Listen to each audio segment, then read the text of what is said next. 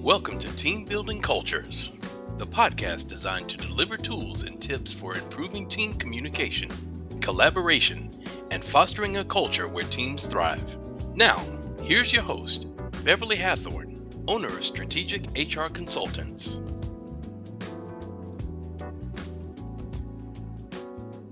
Hello, listeners, and thank you so much for joining us for another episode of Team Building Cultures. I am Beverly Hathorn, your host, and today I'll be speaking with Catherine Llewellyn. Catherine is many things, and I'm excited to tell you about her.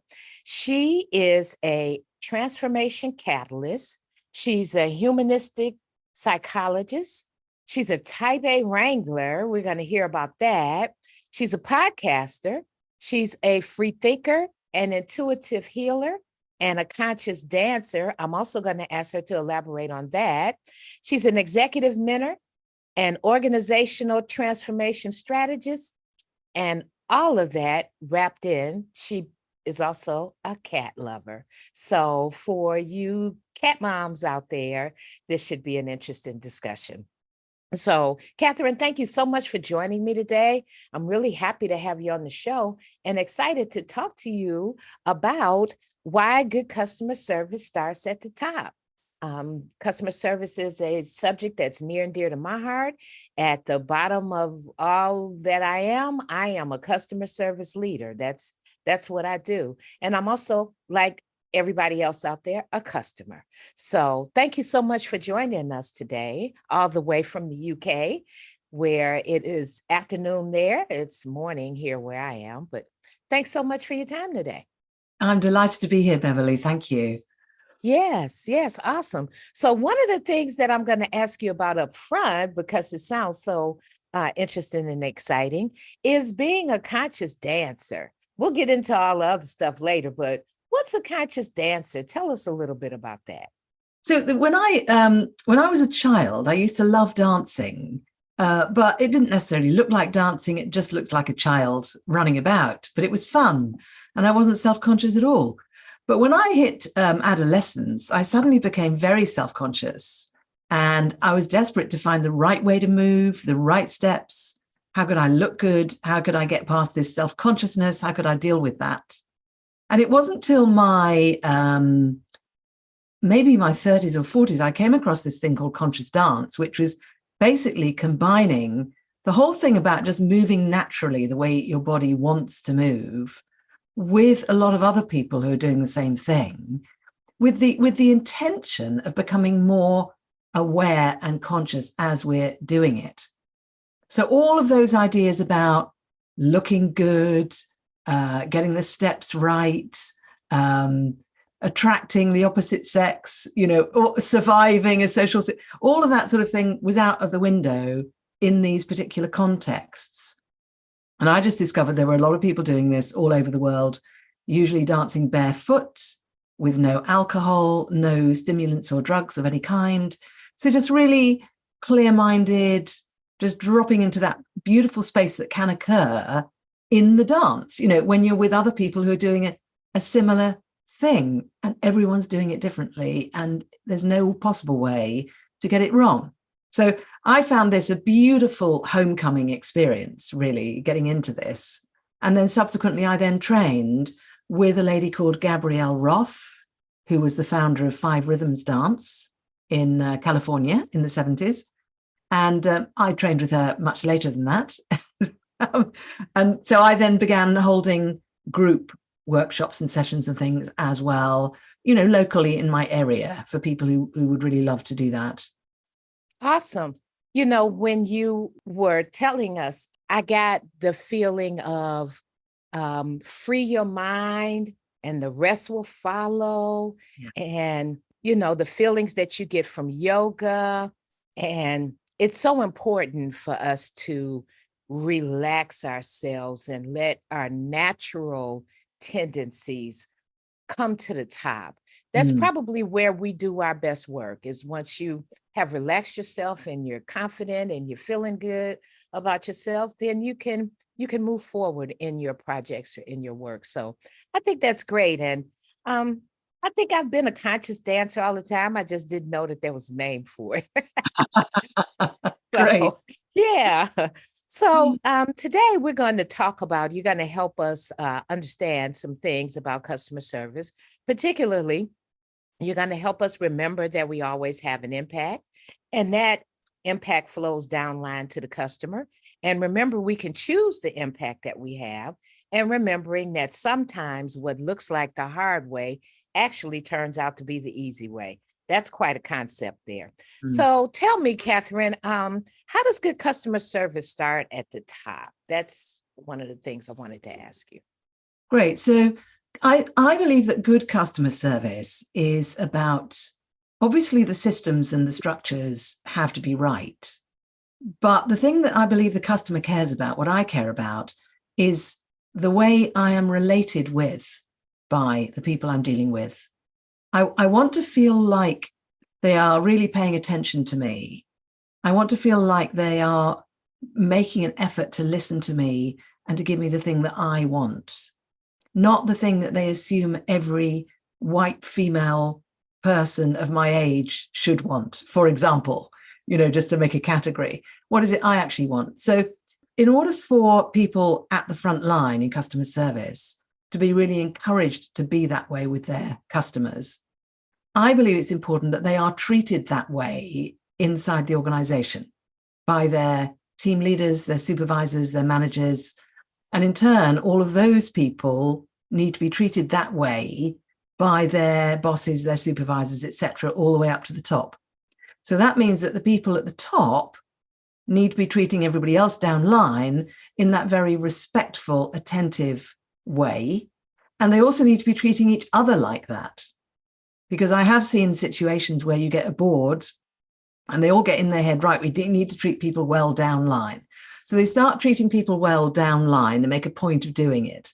But if they're still treating each other really disrespectfully and really badly, that goes downline as well, because people can see it. It's like children can see it when their parents are disrespecting each other. They can see it.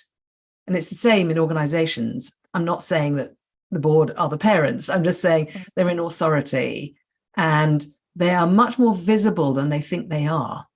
So if they're not treating each other with that kind of respect and attentiveness, that then serves as an example downline for other people. So there's a kind of unconscious emulation that goes downline, because we can't help it. One of the ways that we are built psychologically is to look for direction from the people we feel have the authority and the power. And we do this unconsciously very much. And again, it's right back to early childhood. Who are the big people bringing in the food, right? They're in control. So it's the same. And when we're adults, we still do it. We still tend to do that unconsciously. And the other effect is, if people feel well treated in their organization, they're more likely to want to give more to that organization. They're more likely to want to go the extra, be more flexible. So that, let's say they're on a call with a customer and it goes past the specified amount of time you're supposed to talk to each customer, but you need to speak a little bit longer just to complete it properly, you'll do it. You'll find a way to do it. And then you'll speak to your team leader or whatever you need to do. And you'll say, look, I went over on that because of this. And actually, sometimes I think we need to do that. Can we bring it up in the next team meeting? And if the team leader is also in that same culture, they will say, thank you, I noticed that. That's really interesting. Yes, let's talk about that. But if they're not in that culture, they will just look up from their computer for 2 seconds and say, no, get back on the job and do what you're told.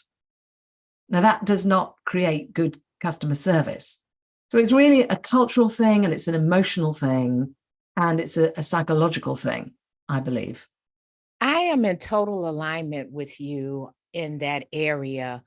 Having been a customer service representative in large call centers, as well as a manager, first level manager in a customer service center, I think we need the culture, which is why I started this podcast. The culture of an organization, of course, starts at the top. Leadership determines the culture, but a culture, particularly in a customer service center, must be one of autonomy, flexibility, psychological safety. Our representatives need to be able to be empowered to make decisions, and they need to be able to have the resources to implement those decisions. The example you use, where someone might stay on the phone with the client a little bit longer than the average handle time that's been set for them, a lot of times that's required. You can't like really just pigeonhole a call and how long it should take. So when an employee feels that they're empowered and they have the autonomy and the flexibility to do that, then they'll just easily do that. But your culture has to establish that. So I'm in total alignment with you when you say, yeah, it starts at the top and it flows down. If happy employees will deliver good service, making happy customers, I mean, that's the math. So so I'm in total alignment with you there. So tell me, how can leaders help their customer service people perform better? One thing that I think is very interesting in customer service situations, I don't know if you've heard of the spectrum of creativity, from innovative creativity to adaptive creativity. It's a really interesting spectrum. I only learned about, well, it's got to be 15 years ago now, but I remember learning about it and realizing actually everybody thinks that all creativity is innovative, which is actually not true. There's also another kind of creativity called adaptive. And adaptive creativity is where you are very, very good at taking something that already exists and making it work a bit better. So adaptive creativity is needed much, much more in customer service situations than innovative.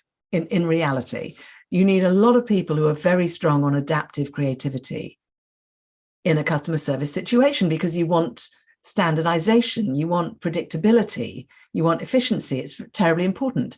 You can't have everybody constantly redesigning all the systems every 5 minutes. It would just be insane. However, you also sometimes need some innovative thinking. As you say, you sometimes need someone to make a decision in the moment that might be a little bit more innovative.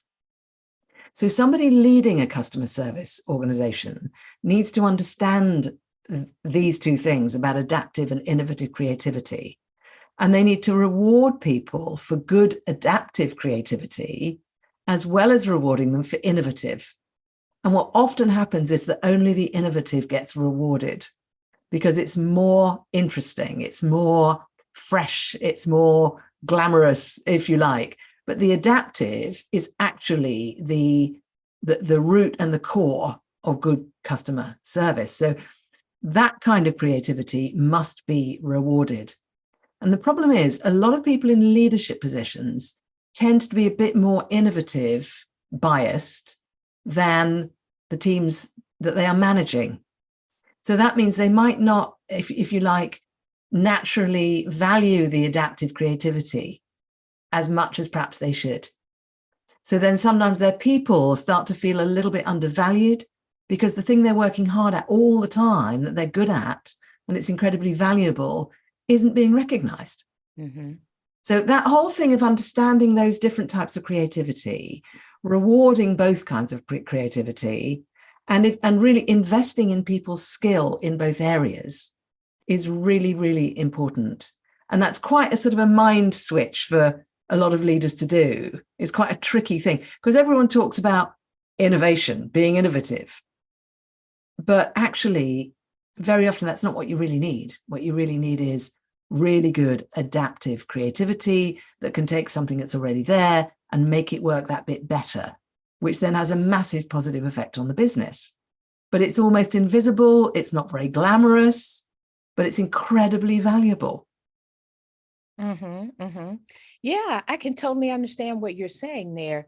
And being adaptive is something that comes from, I think, you caring about the job, you taking responsibility and ownership of the job that you're doing, because at that point, you'll see areas where you can improve. Things change, people change, processes change. So when an employee says to a leader, I was thinking, maybe we could do this a little bit better. Maybe we could change it this way and do it this way. And the leaders shoot that down, then you not only discourage that employee, but you've discouraged the other employees that are watching. And employees know where the hitches and the glitches are in the process because they're doing the work. So they actually know, and they have ideas.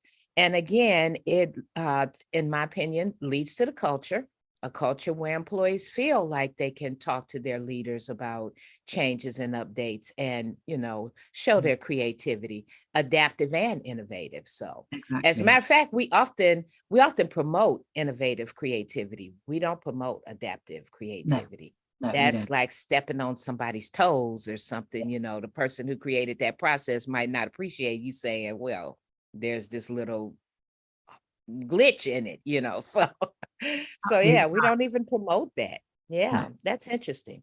So do you have any good customer service improvement stories that you'd like to share with us?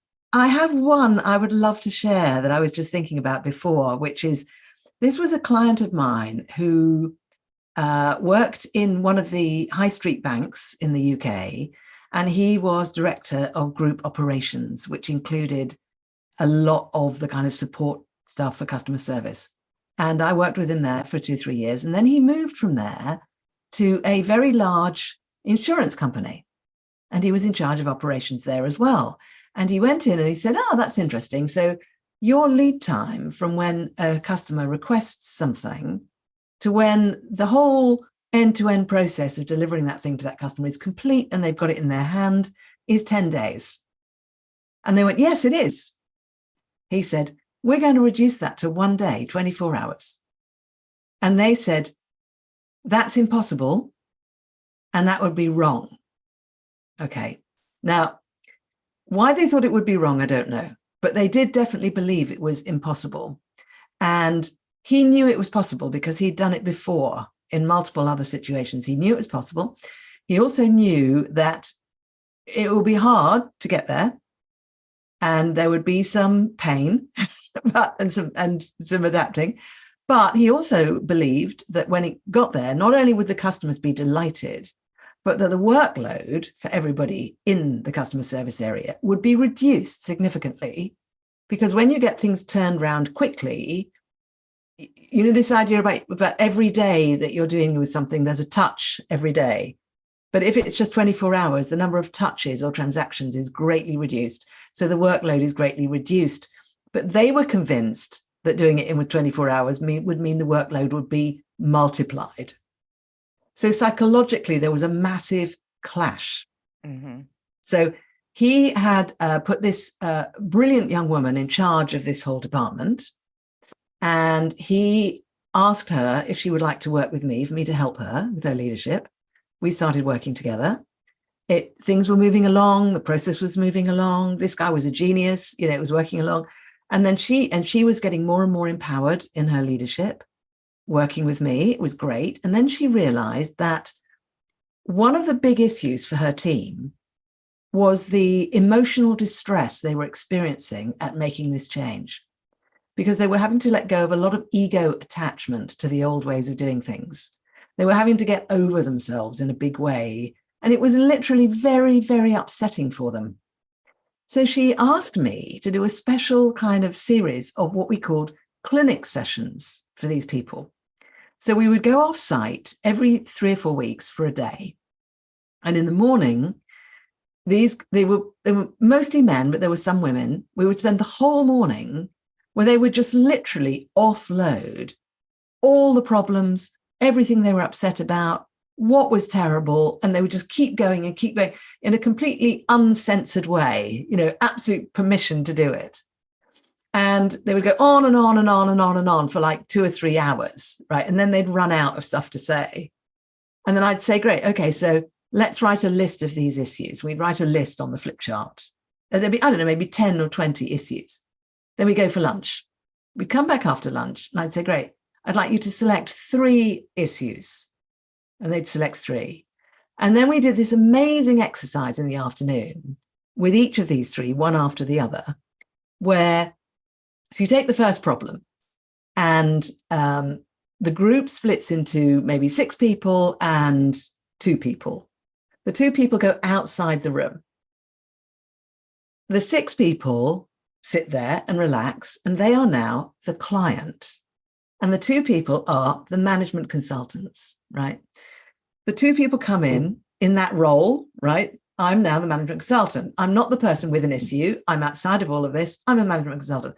And the other people are, we've got these expensive management consultants here to help us. So they brief those people on the issue in full detail. And those people then respond as if they're management consultants with the solution. And then they write it all down. Then we have a break and we come back and we do it again, have a break and do it again on the 3. Now, those days were just amazing because by the end of it, they'd solved 3 big problems. They felt a lot better. And they also had a list of things to go away and look at. And this just completely transformed their experience of doing this very, very difficult piece of work. Now, it would have happened anyway. It would have succeeded anyway, but they would have been in a much worse state at the end of it. So this woman who I was working with and her boss who brought me in originally were very intuitive and sensitive and generous people to actually do this. Because a lot of people would have said, why are you spending money on helping these guys feel better and taking them out of the business for a whole day to do it? What are you doing? That's really indulgent. But they understood that doing that would actually be better for the business than not doing it. And it was such a great piece of work. I so enjoyed doing it. And each time these guys came back, they were a bit quicker to get into the meat of it. You know, they turned up and they were like ready to go. The first time they were like, oh no, I don't want to, you know. By the end of it, they'd be running in and and there's this and there's this and there's this, you know, and I'll be the management consultant. You know, they were just all completely in a different frame.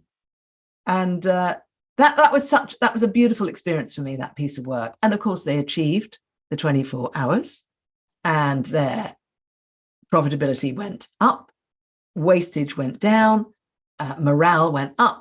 The customers loved them. They went up on the customer service index. It was a fantastic overall program that occurred. And I played a part in it. But, you know, it was this guy's leadership and this woman's leadership that really made the difference. And then I just came in and supported them in that process. I am absolutely blown away. That is awesome. One word comes to mind, and that's empowerment. When you gave them the opportunity to not only express themselves and talk about the things that their concerns, but you also gave them an opportunity to solve them. I constantly say employees know where the glitches are, and employees know what we need to do to fix it.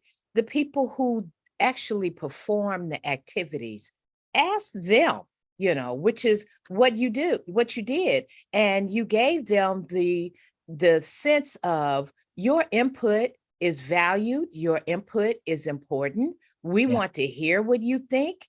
And we know that you have the knowledge and the skill to move this along. So, you know, that was really a great message that you delivered.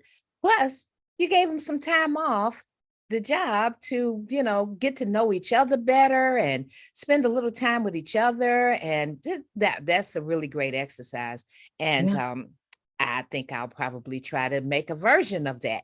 Please do. I mean, I actually developed that specifically for them because in that situation, that was specifically what was required, you know. But the principles of it are exactly what you said. The principles of the answers lie within. We know what the answers are. Right. And if we together, put our heads together and take some space, have a break, you know, get some lunch. So many people don't stop for lunch. We just need to kind of give ourselves a bit of care and attention, and then it can work. Some people are all gas, no brakes, just, you know, So that is very interesting. I really like that little exercise. And I'm sure I have a listener or two out here that will appreciate that as well. So thank you for sharing that. Pleasure. So tell me, as a customer, What's good service for you? I'm a customer too. I know what I consider as good service. What do you consider as good service? Well, for me, one thing I appreciate is people doing what they say they're going to do. So if somebody says, I'll be there at 9 a.m., they're there at 9 a.m. If they say, I'm going to show up at some point between 9 and 10 a.m., and they turn up between 9 and 10 a.m., that's all good. So I like it when people actually understand what they're capable of promising and then promise what they're capable of delivering. That really is so helpful for me, because otherwise I feel like I'm kind of fighting against the grain all the time, because I don't want to be in a position where I'm having to put people straight. I just don't want to have to do that. I just don't. So that's a major thing for me. Another thing that's important for me is if somebody has like a problem, they can't turn up, they can't whatever, that they let me know straight away, and then they correct it in some way. If they've made a mistake, they correct it. They admit they've made a mistake and they correct it. And they say, hi, look, I'm really sorry, I made a mistake. I'm going to correct it. I don't appreciate if they make a mistake and then get into a massive drama about it. Oh my God, I made a mistake. I can't believe it. This is terrible. I'm absolutely devastated. Like, I don't want to hear that. I just want you to say, look, I'm really sorry I made a mistake. I'm going to fix it as soon as possible. Unfortunately, I've broken my leg, so I actually can't show up or do whatever it is for another 2 weeks. But after that, you're on my list. Just that very straight, simple, easy to deal with thing. Another thing, I'll tell you something I don't like in customer service. And obviously what I do like is the opposite. The thing I don't like is when the person comes on the phone with me and they've obviously got a script which is designed for when they're dealing with stupid people. And they're asking me questions that are for stupid people. And I, by the way, don't think anyone is as stupid as the stupid people for their script. So the old joke used to be, there's something wrong with your computer and you ring up and they say, okay, is it plugged in at the wall? Is it on? Now, there was a time decades ago when that was a reasonable question because we were all stupid about computers. Now, that's not the case. So what I like is when they ask you a few questions to find out who they're talking to actually find out, do you actually know about some of this stuff? I do actually, because of this and this. Fantastic. That can skip 4 pages of my script and go straight to about this. The bit that takes me through all of the stupid questions just drives me insane. And I don't think I'm the only person. I think this is very common. It's much preferable when people actually go, and I know why people do it. I know why people are trained to do it, because they want to cover themselves. They don't want to take a stupid risk. They don't want the customer to do something stupid at their end that's going to kill themselves or give themselves an electric shock or do something stupid. It's a risk-averse health and safety issue in some way. But still, it's very noticeable when people don't do that. It's very noticeable when they talk to me as if I'm actually an adult. I wasn't born this morning. I can actually have a conversation. You know what I mean? That makes such a difference. So I think the integrity thing, don't write a check you can't cash type thing. Know what you can promise that. If you make a mistake, fix it, don't have a drama. And if you're trying to help me with a problem, don't talk to me as if I'm stupid. Talk to me as if I'm actually reasonably intelligent and that we're on the same side, And when somebody does all of that, I am theirs. I don't want to keep changing providers. I want to stay with the same provider as long as I possibly can for everything. I don't care what it is. I'd much rather stay with the same people. But if they don't look after me properly, there can come a point where I feel like I'm paying them to give me a bad time. And I just don't need to do that. Very, very basic golden nuggets that Catherine just dropped for us. So I hope those customer service leaders are paying attention and I have all the same pet peeves. When there's a mistake or a problem, I don't want to hear about your administrative process because that's your administrative process. I just want to know what you're going to do to fix it and how long before, I'm going to have my service or my product. How long am I, Ms. Hathorn, I'm terribly sorry this happened, but we should have this ready for you in the next 24 hours, 48 hours, whatever, and just let me know, that you're going to take care of it. I don't want to hear about, well, we have this, our system broke down and then we had to do this. And I really don't care about any of that. That's internal for you to resolve. That's not for me. And then also, where you were talking about the stupid questions, I had a situation recently, and of course, I won't mention the company name, but I have had a situation recently where I was having an issue, and I called in and I got their chat bot, their AI bot, who gave me a list of tasks, about 3 or 4 things that I should do to resolve my issue. They were all silly things like, did you plug it in? Did you turn it on? All those things. And then it said to me, okay, try these things. And it hung up, and when I called back, it said, I see you had just called about a problem and, I guess you did what I told you to do and it didn't work. So, now I get a representative for you. And I'm like, geez, what just happened here? Because yeah. I and I know. had to make 2 calls, which I didn't have time to do. And of course, you've got all these prompts that you have to go through and you have to make sure you pick the right one or else you'll end up someplace where you shouldn't be.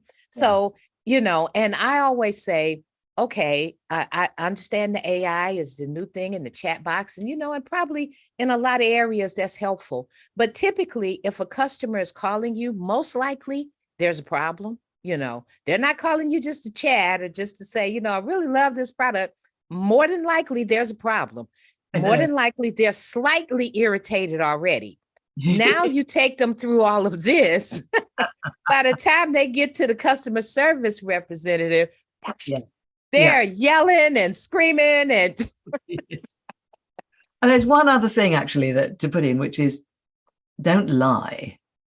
And don't say when you don't know, because those 2 things just really don't work. And I know that sometimes people do those things because they panic and because they've got a team leader or a supervisor who's, staring at them and they've got to try and pretend. But honestly, people who are leading customer service businesses, when your agents pretend, it does not work because either it's obvious that they're pretending or you go and try it and it doesn't work and it fails and it's much worse. Yes. It really is. And I also believe in compensation, and not just because I'm greedy or anything like that, but compensation is very, very important.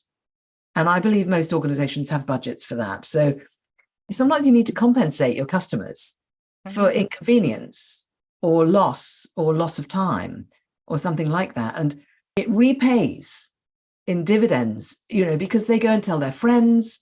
If I get a really good looking after by a customer service situation, particularly if there's been a problem, I tell everybody. I just tell everyone, and they're more likely to get more customers. So compensation, I think, is very, very important. It's not enough just to have great communication skills and acknowledge there's a problem, I'm going to fix it. Sometimes compensation is the right thing to do. Yes, exactly. And it's great when companies give their frontline employees, when they empower them to make those decisions. Because when you say to them, well, I've been out of service for 3 days now, when my bill comes, is that going to be reflected in my bill or whatever? And the customer service representative says, well, I have to talk to a manager about that. It makes you feel like you've asked for something that you're really not entitled to, or something that they really don't want to give you. But when the customer service agent says, yes, ma'am, I will ensure that you're credited, and even better when they offer you some sort of compensation. I'm Yes. terribly sorry for the inconvenience. I'd like to offer you a 24-hour credit, or, a Yeah. week credit on your bill, or, something. You're right. Yeah, I totally agree with that. Yeah. So tell me about I understand that you would like our listeners to connect with you on your podcast. So give us that. Where can we find that podcast? Let us know that. Great. So you can find it on any podcast app, and it's called Truth and Transcendence. And the "and" is the squiggly ampersand in the middle. And the idea behind the podcast is that when we find and connect with our truth, we can then transcend. And that this applies in the most practical situations, but also in the most spiritual situations, the most personal situations. When we connect with the actual truth of what's going on and how we are and everything else, and what's meaningful to us and so forth, then we can transcend all sorts of things that we can't transcend if we are in any way getting ourselves or disconnected from our truth. So there are guest episodes, there are solo episodes, there's quite a lot of variety within that umbrella. But I think it's an interesting podcast. I get a lot of feedback that people say they've listened to those episodes and it's changed their life.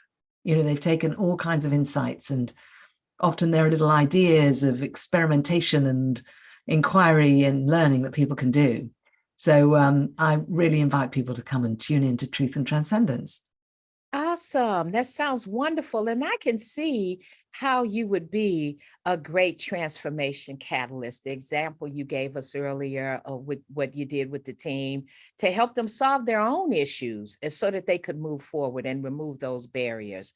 I can certainly see how you'd be a great humanistic psychologist, because you're all about tapping into what you think and how you feel about what you think, and what you do about how you feel about what you think. So I can certainly see how you would really be great in all those areas. And I can't help but think that being a conscious dancer has some impact on all of that. So Absolutely, definitely. It's very good for flexibility and creativity, actually.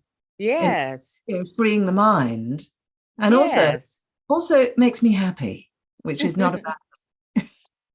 Being happy is so important. Sometimes we get so wrapped up in it that we forget that life really is about being happy, and you don't have to just be a drudge and just, so unhappy and just pushing and all gas, no brakes. And, you deserve to be happy. So do what will make you happy. So I have certainly enjoyed speaking with you today, Catherine. You've definitely dropped a lot of nuggets for us on both the customer service and how to improve that, and what leaders can do to empower their teams. And you've helped us to understand how we need to think better and clear and free our minds, and go dance. And like you say, dance like no one's watching, just go dance and just enjoy your life. And then that will help you be better at whatever it is you've chosen to master in your life. So thank you so Beautiful. much, Catherine, for joining me today, all the way from the UK. I really appreciate your time and all the information that you've given us. Thank you. It's been a pleasure. It's been wonderful. Thank you. Have a great rest of your day. Thank you for tuning in to another episode of Team Building Cultures. We hope we have delivered helpful and enlightening information to help you create your dream team. Join us next time.